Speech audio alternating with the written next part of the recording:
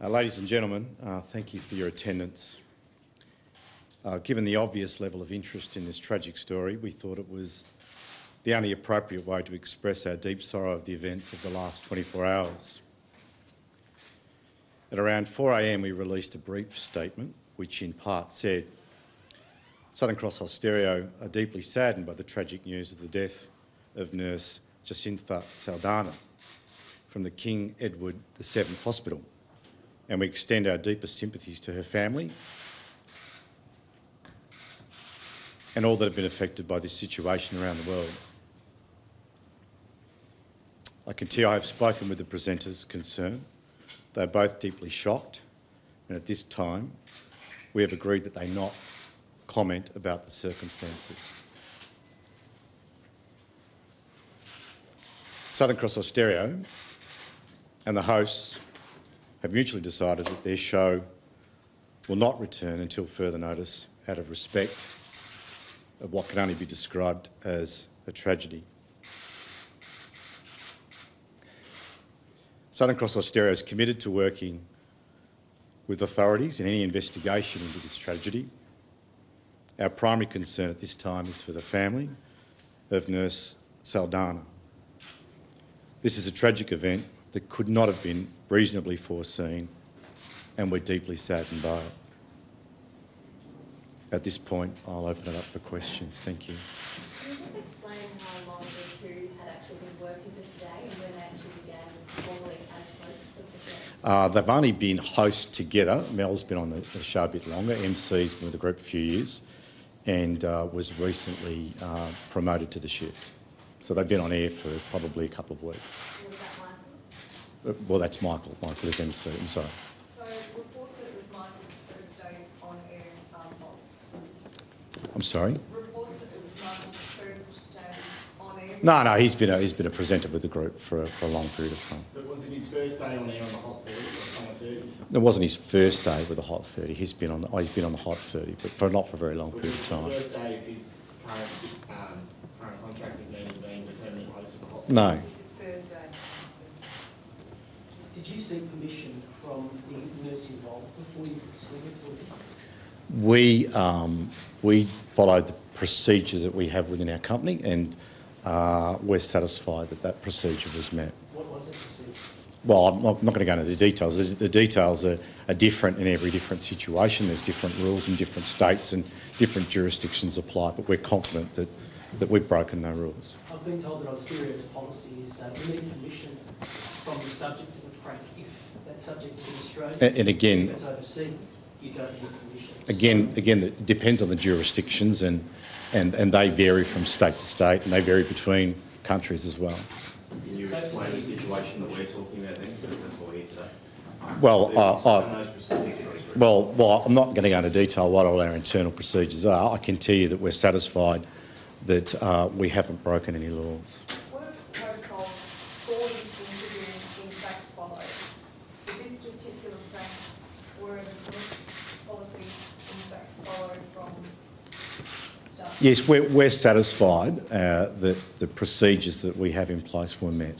Do you know, in terms of culpability, where the network stands? I think that it's a bit early to be drawing conclusions from what is really a deeply tragic matter. I mean, our main concern is for the family. I don't think anyone could have reasonably foreseen that this was going to be a result. What were the presenters' reactions when they heard this unfortunate news? I spoke to both presenters early this morning, and it's fair to say they're completely shattered. Are they being offered any form of counselling or? We have internally made sure that their needs are addressed, and counselling is certainly part of that offer. Can you tell us whose idea it was in the first instance to do this prank? Was it the producers or was it in fact the presenters? I don't think it's. I mean, look, I think that these things are often done collaboratively. Was legal advice sought before or after the call was made? Before or after? I think the more important question here is that we're very confident that we haven't done anything illegal.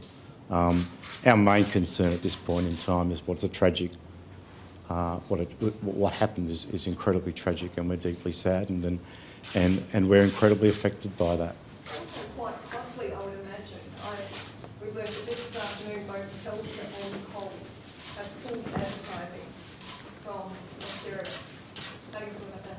Well, we are in constant dialogue with our advertisers at all times, and those conversations shall remain private. But this is obviously... We respect the rights of our advertisers to make the decisions that they think that's best for them. How costly are these? I don't think that's the important issue for us at this point in time. The important issue for us is this is a tragedy. There are a lot of people affected by this, and my role is to address those issues in the immediate future. Austereo has already had 2 licence conditions in place, one to do with decency, one to do with protection of children. Is there a risk of you losing the licence over this? I can only just say again, no one could reasonably foresee what actually happened in this case. It's incredibly tragic. Every one of us are deeply saddened. We're incredibly sad for the family, and that's the focus. 2 days ago, Austereo's head of content, Craig Bruce, posted a comment on Facebook saying a prank that gets the world talking is pricey, and that was later removed. Was that an appropriate comment? I think that it's easy to make judgments on things with the benefit of hindsight, but I don't believe, and I think that we shouldn't run to judgment. I think these things will play out in time. How will your practices or policies I change just, as a result? sorry, just Under what circumstances will these two go back on air? I've got to say at this point in time, our concern is for their welfare. We understand that. Yeah, well, no, I think So that, under what circumstances will they go back to air? well, I think that if you let me answer the question, look, this is a tragic event. These people aren't machines, they're human beings. We're all affected by this. There is no straightforward answer to your question. We will make sure that their well-being is the priority for us. Just a few more questions? What was your initial reaction to the prank call, Rhys, before the events of this morning? I think that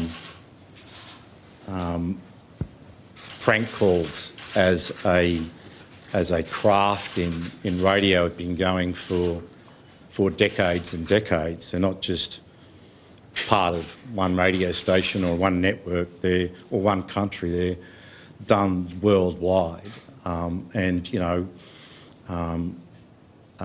one could reasonably have foreseen what ended up being an incredibly tragic and a very sad day for us. Last week, was he extended any communication to the family or the hospital or family of the nurse? I'm sorry, could you repeat that? Have the company extended any form of communication to the nurses? Other than we've issued some statements, we don't think it's appropriate to do anything else at this point in time, but that doesn't mean that we would rule that out at an appropriate time. How will your policy procedures change now regarding these sorts of prank calls? Is this a line in the sand for the way? Well, I think that there needs to be some more information from this tragic event to be known first, and I think that in the light of that information, we can make better informed decisions. Thank you very much, ladies and gentlemen. You all have my contact details and email address. If you need any more information, I'd be more than happy to oblige you. Thank you for your time. Thank you. For Rhys, to clarify how many days Michael had been on this particular shift? I believe he's been on Hot 30 for 3 days. It was his 3rd shift. Thank you. That was Rhys Holleran there in Melbourne, facing the media, passing on primarily his condolences to the family of Jacintha Saldhana, who has apparently committed suicide after a prank call from the Sydney radio station Today FM. He says he's confident that the radio station has broken no rules. He also says he's spoken to the Today FM DJs involved in this prank call, and they have decided that they'll be making no comment at this stage. And he also says that he's worried about the well-being of those presenters involved.